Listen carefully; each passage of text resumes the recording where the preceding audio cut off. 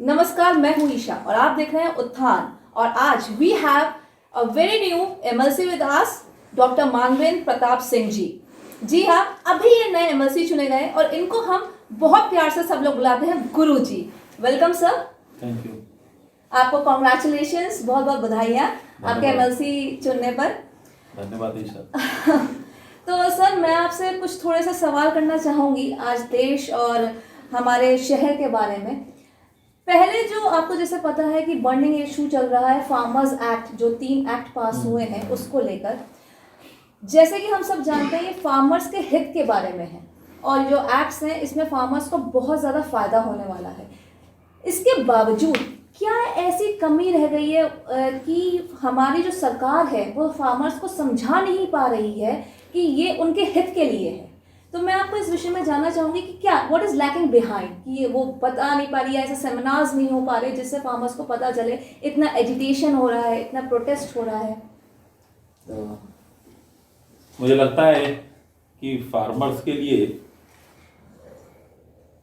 यशस्वी प्रधानमंत्री मोदी जी की सरकार ने जो कुछ किया है, शायद इससे ज़्यादा कभी कोई सरकार नहीं कर पाई। भूतो न भविष्यति, न पहले कभी हुआ न बाद में कभी होगा। प्रधानमंत्री मोदी जी ने 2014 में चुनाव जीतने के बाद, प्रधानमंत्री बनने के बाद यह बात सबसे पहले कही थी कि हम 2022 तक किसानों की आय दोगुना करेंगे और एक एक कदम दोगुना करने के बारे में वो चल रहे हैं। पूरा किसान आंदोलन प्रायोजित है।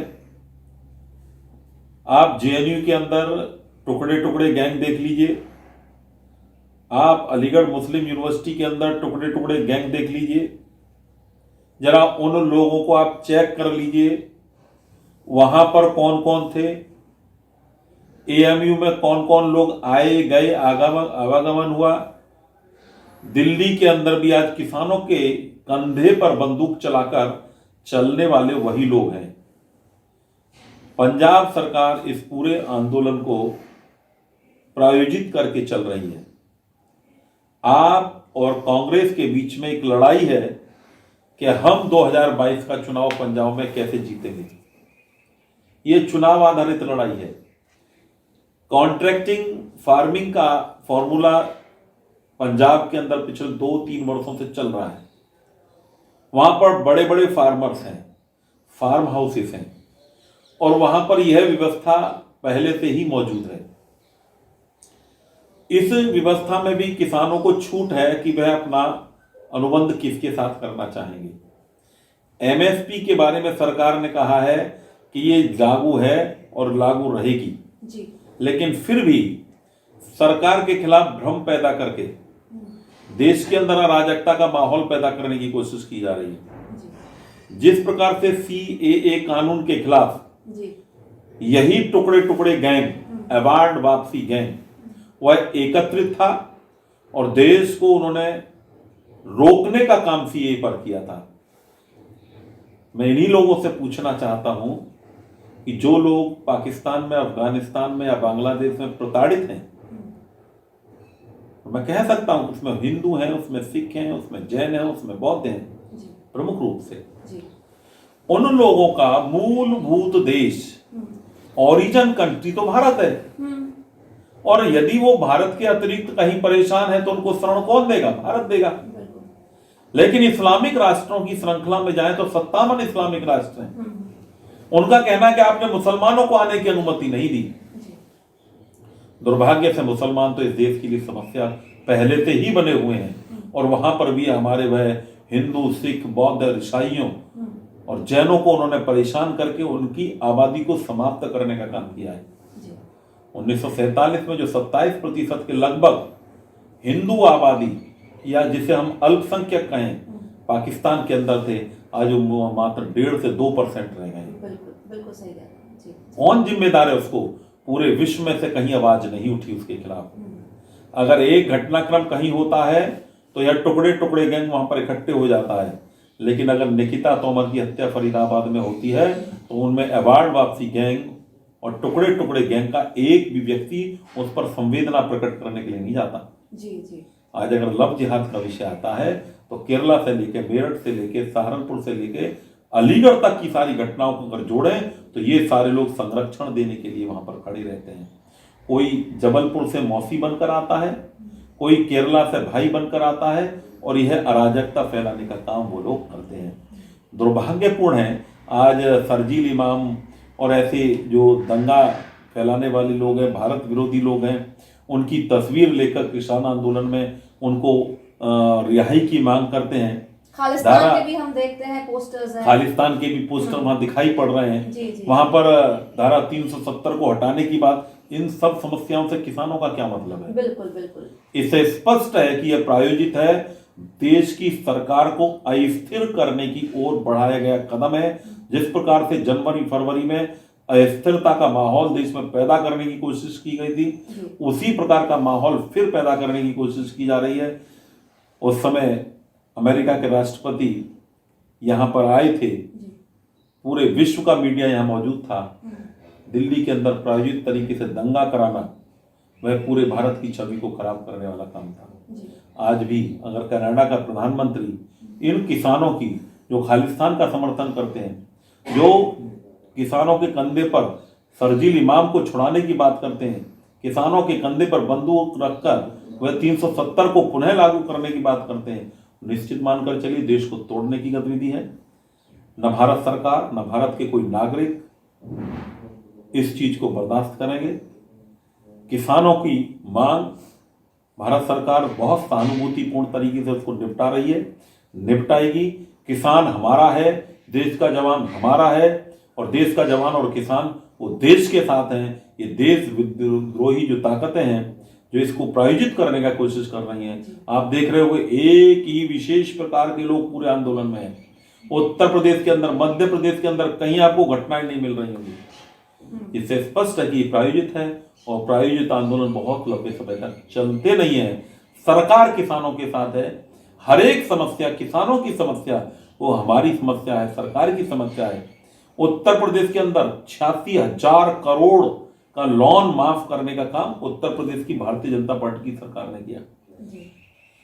देश भर के अंदर लगातार चुनाव हो रहे हैं, और चुनावों के जो परिणाम है वो स्पष्ट है कि भारत का विभिन्न प्रदेशों का मतदाता और भारतीय जनता पार्टी के पक्ष में है, मोदी जी के पक्ष में है, और उनको देश का नेता मानता है। जी, ये बात आपने, आपका मतलब कहने का मतलब ये है कि ये जो फार्मर्स एजिटेशन है, प्रोटेस्ट है, ये पॉलिटिकली मोटिवेटेड है, इसमें किसान से कोई मतलब नहीं है। किसान आपकी सरकार से खुश है, किसान खुश है, किसान अपनी आमदनी बढ़ाना चाहता है, और उस आमदनी बढ़ाने की ओर भारतीय जनता पार्टी की नेतृत्व की सरकार, मोदी जी के नेतृत्व की सरकार लगातार काम कर रही है। 2022 तक जब आप देखेंगे तो किसान इतनी खुशहाल अवस्था में होगा कि उसकी जो आय 2017-18 में थी, 2022 में वही फसल, वही चीज, सब चीज होने के बाद भी, लेकिन उसकी जो फसल का दाम है वह उसके खाते में 2 गुना जाने वाला है। जी, आपने जैसे कि एक अभी चीज बताई, एएमयू, ये टुकड़े टुकड़े गैंग की बात करी, जेएनयू की बात की, जामिया मिलिया की बात करी आपने। एएमयू को खासतौर, जैसे अभी प्राइम मिनिस्टर आने वाले हैं यहाँ पर 22 दिसंबर को, उनको ये एड्रेस करने वाले हैं। मैं एक चीज़ जानना चाहती हूँ कि एएमयू, जहाँ तक जानती हूँ मैं, उसमें अखिल भारतीय विद्यार्थी परिषद ने कभी कोई काम करना चाहा तो वो नहीं कर पाए। खास तौर से सन 1970 में कुछ लोग जो हैं वो एक्टिव थे वहाँ पर और काम करना चाहते थे, उनको विक्टिमाइज कर दिया, किसी के एडमिशन कैंसिल कर दिए, किसी को किसी जैसा आतंकी उसमें कर दिया, मतलब कुछ ना कुछ उन्होंने करते गए और उनको वहाँ से बाहर कर दिया। यहाँ तक कि एबीवीपी का वहाँ पर ऑफिस भी जला दिया गया। जो खालिस्तान को सपोर्ट करते हैं, जो अफजल गुरु के नारे लगाते हैं, जो टुकड़े टुकड़े गैंग जैसे आपने अभी बताया वो थे, ऐसे यूनिवर्सिटी को क्या हमें नेशनल लेवल पे लेना चाहिए, यानी ये उसको नेशनल यूनिवर्सिटी कहना चाहिए?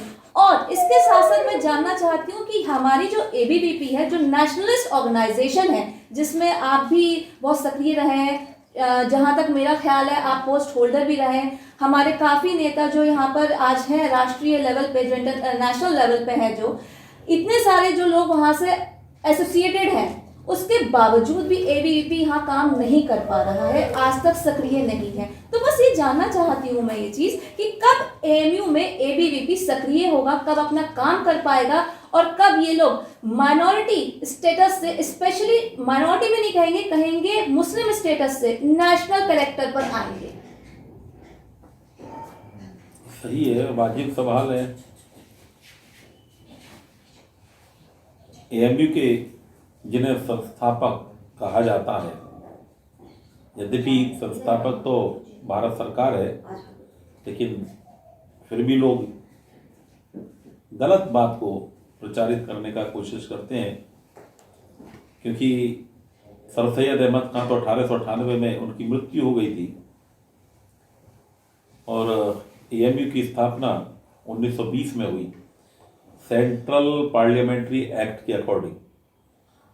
आज भी भारत सरकार उसका संचालन करती है और महामहिम राष्ट्रपति उसके विजिटर हैं। केंद्र सरकार के पैसे से पूरी यूनिवर्सिटी चलती है, फिर भी वो कहते हैं कि सर सैयद अहमद ने उसकी स्थापना की, उनकी बातें उनको मुबारक। अगर उन्हीं को माना जाए तो वो ऑक्सफोर्ड बनाना चाहते थे। सर सैयद अहमद खान का कहना था कि मैं यहाँ एक ऑक्सफोर्ड जैसा विश्वविद्यालय बनाना चाहता हूँ, लेकिन यहाँ तो देवबंद बन गया, यहाँ से तो फतवे जारी हो रहे। एक नेशनल कैरेक्टर यूनिवर्सिटी को मिलना चाहिए था, वो नेशनल कैरेक्टर की जगह ये कम्युनल कैरेक्टर के रूप में काम कर रहा है।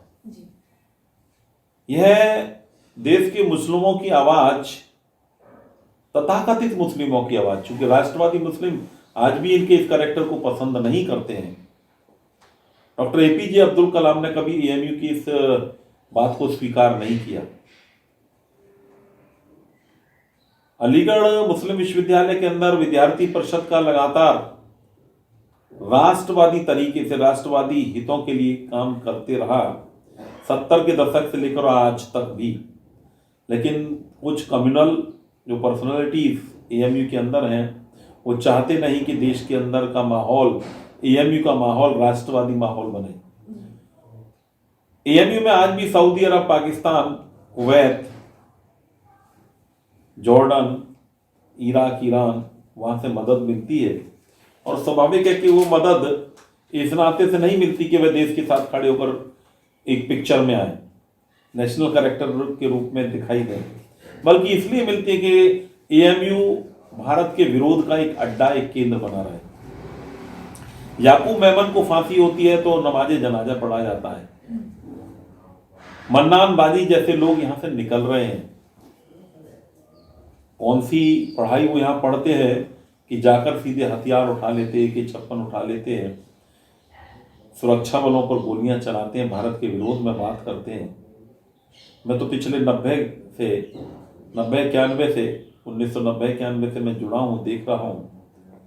कभी रजाइयों के अंदर, कंबलों के अंदर AK-56 एएमयू में पहुंचाई जाती हैं, तो कभी जो LIU के लोग हैं उनको पकड़कर उनके कमर पर 786 और अल्लाह अकबर लिखा जाता है। कभी यहाँ सुरक्षा कर्मियों के ऊपर हमले होते हैं।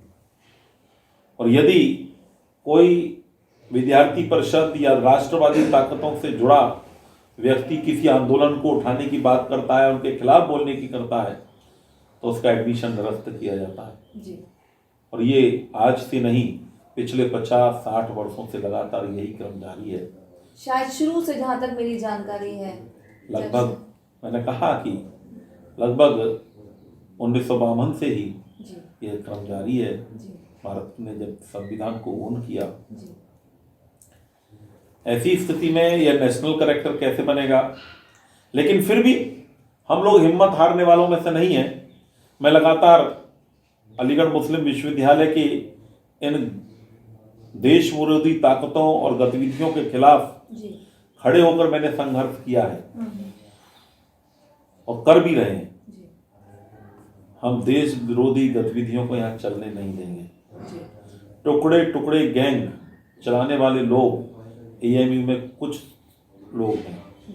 मेरा मानना है कि अलीगढ़ मुस्लिम विश्वविद्यालय की जो राष्ट्रवादी ताकतें हैं उनको खड़े होना चाहिए और ऐसे तथाकथित 100-200 जो लोग हैं उनको यूनिवर्सिटी से खदेड़ देना चाहिए।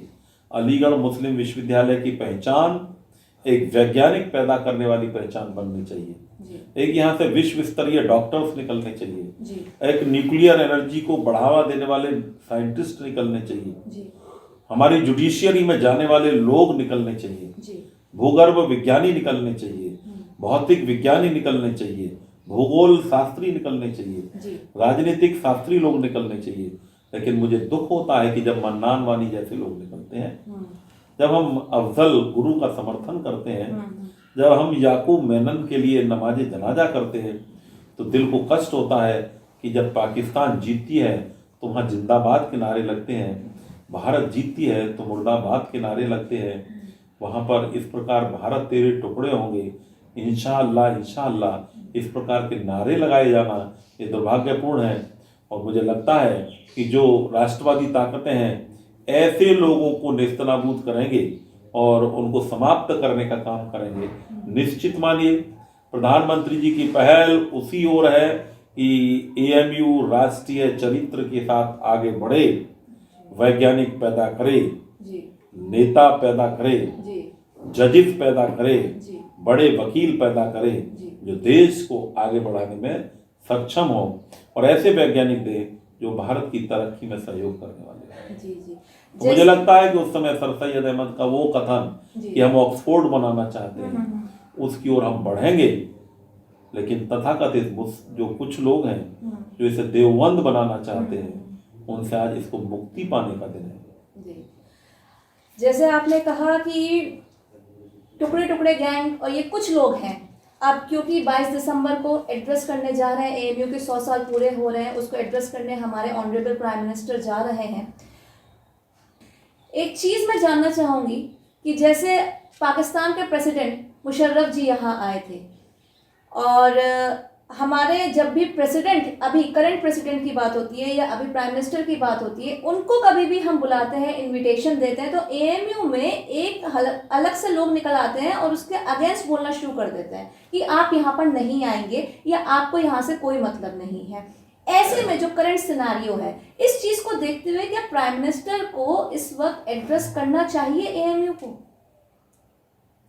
अलीगढ़ मुस्लिम यूनिवर्सिटी पाकिस्तान की यूनिवर्सिटी नहीं है, वो भारत सरकार द्वारा संचालित यूनिवर्सिटी है। जी भारत सरकार के मुखिया राष्ट्रपति और प्रधानमंत्री हैं।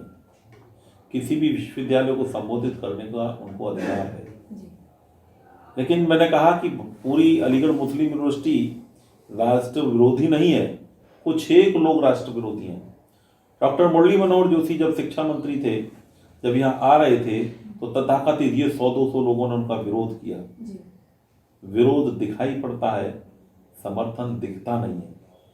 यह विरोध से, आगजनी से सब लोग बचना चाहते हैं, उन लोगों के कारण से उनको उस समय दौरा रद्द करना पड़ा। जी ये दुर्भाग्यपूर्ण था। विश्वविद्यालय की पहचान को समाप्त करने का वो लोग काम कर रहे हैं और उसको देवबंद बनाने की कोशिश वो लोग कर रहे हैं। प्रधानमंत्री की पहल है, भारत सरकार की पहल है कि प्रत्येक नागरिक भारत का नागरिक है। वह चाहे हिंदू हो, चाहे मुसलमान हो, चाहे सिख हो, चाहे जैन हो, चाहे पारसी हो, चाहे यहूदी हो, जो लोग भारत में रह रहे हैं, जो नागरिक हैं, वह सब भारत माता के लाल हैं। और इसलिए प्रधानमंत्री जी इसको संबोधित करेंगे, निश्चित मानिए उनके संबोधन में राष्ट्रवादिता झलकेगी, और जो लोग उनके संबोधन को सुनेंगे वो निश्चित रूप से प्रभावित होंगे, और ऐसे तथाकथित देश विरोधी ताकतों को वह झुकाने में भी सफल होंगे। अब स्मार्ट सिटी की बात आई है तो एक चीज़ और जानना चाहूँगी, जैसे कि अभी मैंने जिक्र किया कि गड्ढे खुले हुए हैं, सड़कें अभी सही से बनी नहीं है, बिल्डिंग्स जो एंक्रोच करी गई हैं अभी वो सही से बनी नहीं गई हैं। डॉक्टर गुप्ता, जैसे हम सभी जानते हैं, डॉक्टर गुप्ता फिलहाल में उनकी डेथ हुई है गड्ढे में गिरने से ही। जब एफआईआर लॉन्च हुई तो एक इंस्पेक्टर को सस्पेंड कर दिया गया, जैसे आप जानते हैं। मैं ये जानना चाहती हूँ कि ये गड्ढे जो खुले रह जाते हैं, सड़कें जो नहीं बनती है, जिस वजह से आम नागरिक गिरता है, मरता भी है, उसकी कोई लाइफ की वैल्यू नहीं है, इसकी लायबिलिटी, इसकी रिस्पॉन्सिबिलिटी कौन लेगा? कौन सा ऑफिसर लेगा?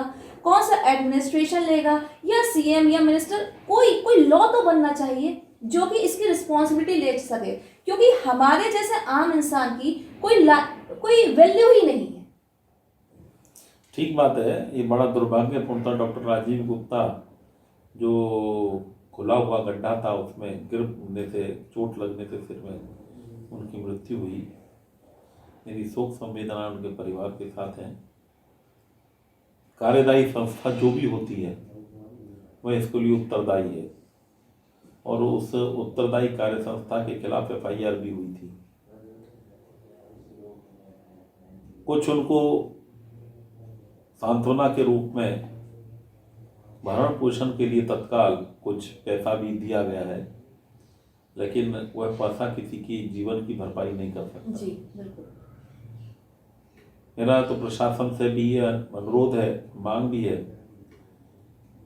कि जितना काम हो उतने काम को एक बार में करना और गड्ढों को हाथ के हाथ भरते जाना, जिससे कोई दूसरा राजीव गुप्ता मृत्यु के इस कगार पर न पहुंचे। जी जी जी। स्मार्ट सिटी बनाना है, लेकिन उसके साथ साथ वर्किंग कैपेसिटी बनानी है। काम तो इस प्रकार का है कि सुंदरता की ओर, लेकिन जो अधिकारी हैं कुछ वह लापरवाही बरतते हैं और उसके कारण से क्या है कि एक सिस्टम को कोलैप्स करने की बात हो जाती है। तो सिस्टम डेवलप होना चाहिए, तय समय सीमा के अंदर काम पूरा होना चाहिए, रेस्पॉन्सिबिलिटी तय रहनी चाहिए, जितने में काम चल रहा है उतने को वह कवर अप करके काम करना चाहिए, जिससे कि इस प्रकार की कोई दुर्घटना आगे ना हो। जी जी। उम्मीद है कि इस विषय में बातचीत हमारी हुई भी है और आगे भी ये ऐसी शायद दुर्भाग्यपूर्ण घटना दोबारा ना हो। ऐसी में हम लोग भी कोशिश करेंगे। जी बिल्कुल। अब आपने जैसे अधिकारियों की बात करी, ऑफिसर्स की बात करी, इसी को मैं आगे बढ़ाते हुए एक चीज़ कहना चाहूँगी कि हमारे यहाँ जो बिल्डिंग्स एंक्रोच करती हैं, इनका कंस्ट्रक्शन होता है, इनको तोड़ा जाता है, फिर रिकंस्ट्रक्शन होता है, फिर तोड़ा जाता है। मैं ये जानना चाहती हूँ, बल्कि हमारी जनता ये जानना चाहती है कि ये जो ऑफिसर्स, ऐसा तो है नहीं कि ओवरनाइट हो जाता हुआ कंस्ट्रक्शन, जो ऑफिसर्स इनको परमिशन देते हैं उनकी मिली भगत से जो ये सारे काम होते हैं, पैसा पहुंचता है या जो भी होता होगा हमें नहीं पता, उनकी मिली भगत से जो कंस्ट्रक्शन होता है, क्योंकि हम सबको पता है किसी का भी पर्सनल लॉस के साथ साथ एक नेशनल लॉस भी होता है, सीमेंट ब्रिक्स एक नेशनल लॉस भी जाता है। इसकी कौन रिस्पॉन्सिबिलिटी लेगा, कौन से ऑफिसर्स इसकी रिस्पॉन्सिबिलिटी है? अभी फिलहाल में सुप्रीम कोर्ट ने भी ये चीज कही है कि officers will be punished for this. इसके लिए कोई लॉ क्यों नहीं बनता? क्योंकि एक ऑफिसर आता है, पैसा लेता है, कंस्ट्रक्शन करता है, चला जाता है, स्मार्ट सिटी का प्लान आता है, तोड़ देते हैं, उसमें या तो हॉकर्स को खड़ा कर दिया जाता है, उसको फिर तोड़ दिया जाता है, फिर एंक्रोच, ये प्रोसेस चलता ही जाता है। समझ गया मैं।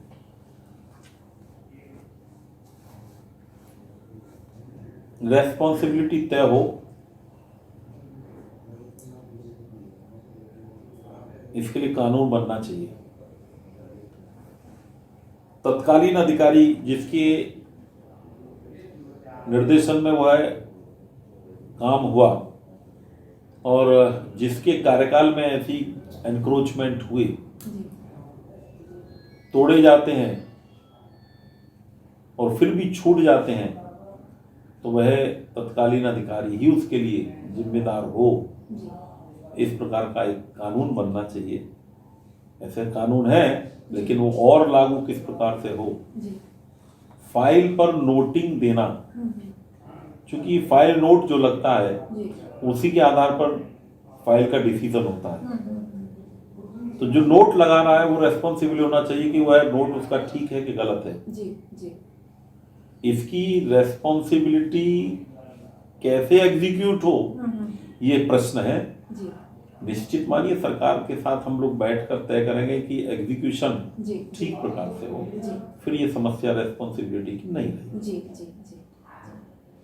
एक चीज और जानना चाहूंगी, ये जो सड़क चलती है उसकी वजह से एक उनका केयर लेना बहुत अच्छी बात है, पर उनकी वजह से जो एक्सीडेंट्स होते हैं या व्हीकल्स को थोड़ी सी परेशानी होती है या व्हीकल्स का डैमेज होता है, उसकी रिस्पॉन्सिबिलिटी कैसे एक एग्जीक्यूट? बात है आपकी सही है कि ये जो गौवंश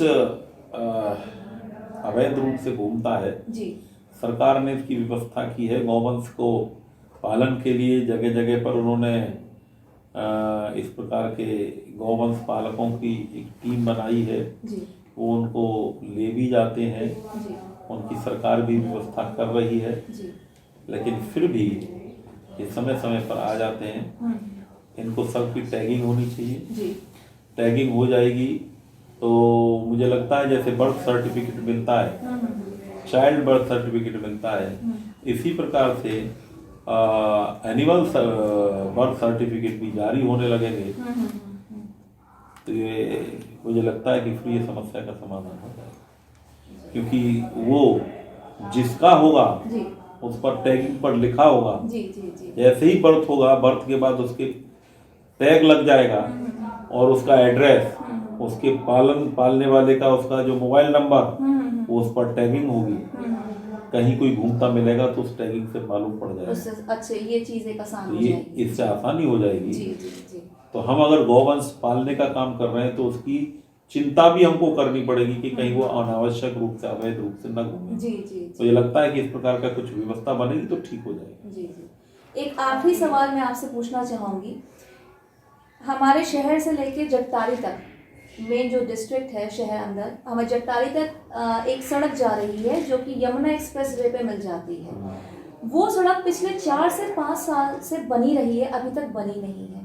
पहली चीज़ तो उसमें मैं जानना चाहूँगी कि किस बॉडी के अंडर ये आती है, NHAI के अंदर आता है या PWD के अंदर आती है, और ये कब तक बनकर उसकी तैयार हो व्यवस्था जाएगी? चल रही है, जी लगभग 90% काम पूरा हो गया है। जी जी कुछ ग्रामीण क्षेत्रों में जो कुछ लोगों की मांग थी और उसके आधार पर उनके कब्जे नहीं छूटे थे, उनको पैसा नहीं मिला था, मुआवजा रह गया था, जी जी उसके कारण से कुछ कब्जे रह गए थे। जी दूसरे उसमें जो बाईपास बनने थे जट्टानी और खैर में, जी वो बाईपास का काम भी अब धीरे धीरे शुरू हो रहा है। कुछ जो पुलिया वगैरह रह गई थी, जी जो किसी एलओसी के कारण से नहीं पूरी हो पाई थी, जी जी वही पूरी हो पाएगी। जी बाकी का कार्य तो पूरा हो चुका है, केवल जो छूटा हुआ काम था वो बचा हुआ है। जी जी मुझे लगता है कि अगले 6 महीने में हम एक शानदार रोड पर चलने की स्थिति में होंगे।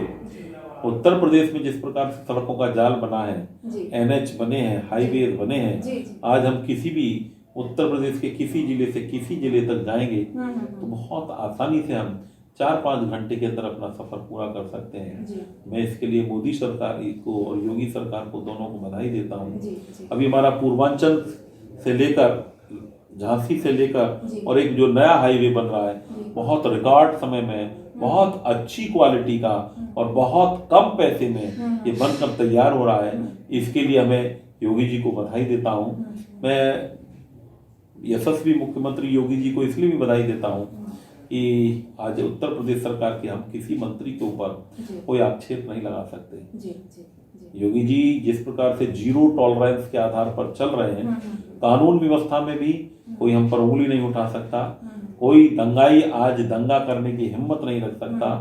2017 से हम देखें तो कोई सांप्रदायिक दंगा उत्तर प्रदेश के अंदर होने नहीं दिया गया है।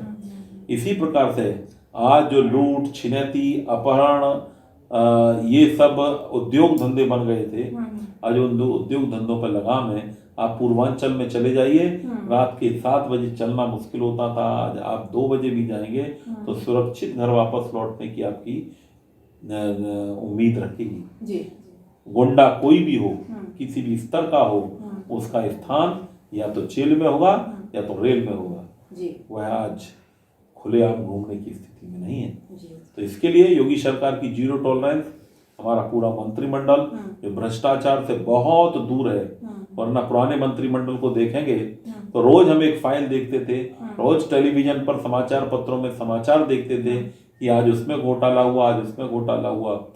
केंद्र में और यूपी की सरकार में घोटालों से मुक्त, भ्रष्टाचार से मुक्त सरकार हम लोगों को देने में कामयाब हुए हैं। और इसके लिए प्रधानमंत्री जी और मुख्यमंत्री जी का मैं हृदय से बहुत बहुत आभारी हूँ और उनका धन्यवाद प्रकट करता हूँ। बहुत बहुत धन्यवाद। Thank you so much sir, आपने अपना महत्वपूर्ण समय निकाला। बहुत बहुत धन्यवाद। Thank you so much. तो ये थे हमारे new MLC doctor Manvendra Pratap Singh ji. Thank you so much. फिर से मिलते हैं एक नए इंटरव्यू के साथ।